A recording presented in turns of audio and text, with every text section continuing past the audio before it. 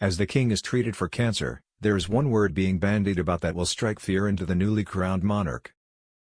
Thanks to Jane Austen, the BBC's vast bonnet storage facility, and Bridgerton, the Regency period is everywhere. You can immediately picture what I'm talking about: empire-line dresses and dashing dukes simply in desperate want of an anachronistically bolshy wife, and some scene with one of those silly dances where 8 people prance around in a rectangle. But the actual, real Regency was less swoon-worthy.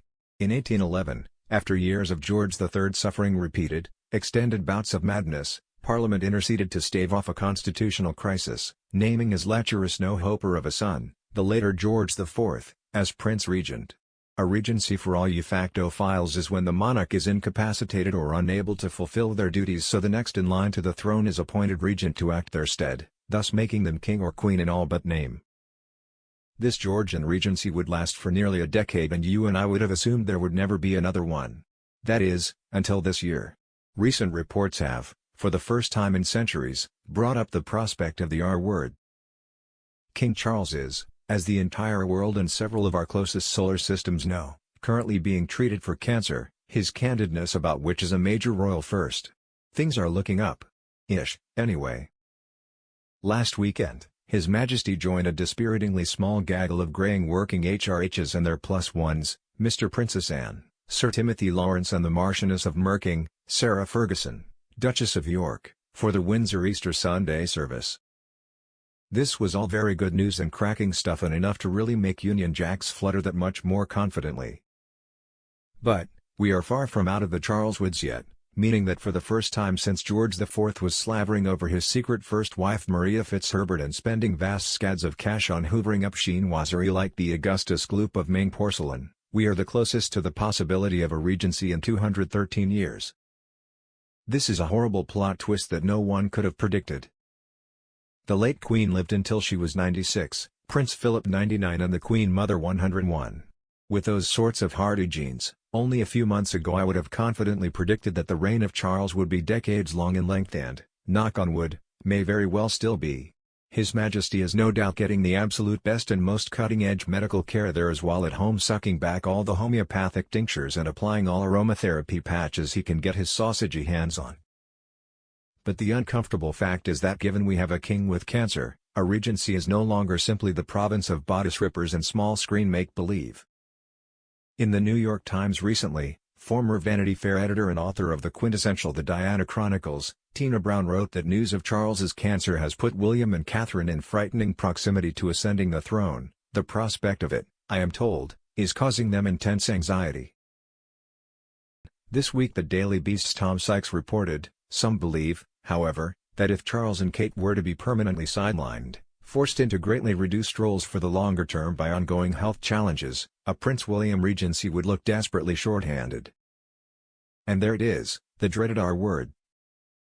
If there is one thing that 2024 should have taught us by now, is that life happens, even to people with multiple gold carriages parked out back and who are allowed to borrow the Stone of Scone for the kids' show and tell. Dramatic, serious turns and twists of fortune can even happen to members of the House of Windsor. And that means the possibility of a regency is something that can't be shrugged off with a dismissive wave of a gloved hand. We simply don't know. Anything could happen. Anyone with a working crystal ball, please contact me. A William regency would mean that for all intents and purposes he would be king. He would undertake the weekly audiences with whoever had the misfortune of occupying number 10, he would provide the royal assent, i.e. sign bills into laws, and he would get to oversee state openings of Parliament while kitted up like he was off to a fancy dress bash. Think of a regency as a sort of regal power of attorney type situation. It would be the Prince of Wales, or as he would be known, the Prince Regent, who would be the capote tutti capi. The father of 3 would be king in everything but title. I know, the very thought of this scenario is deeply discomforting, not only because of what it would mean about Charles's health but because of the pressure and responsibility and work it would unceremoniously dump on the shoulders of William and his wife Kate, the Princess of Wales. The princess is obviously currently undergoing treatment for cancer too. If there was a scenario where the princess got well and beat the blasted disease, however His Majesty did not, it would mean that in her early 40s with 3 small children at home, Kate would effectively become queen. What of Queen Camilla in this situation? She would remain the actual queen as long as Charles was alive. However, really, Of these two women, which do you think would be fawned over, obsessed over and adored by the public?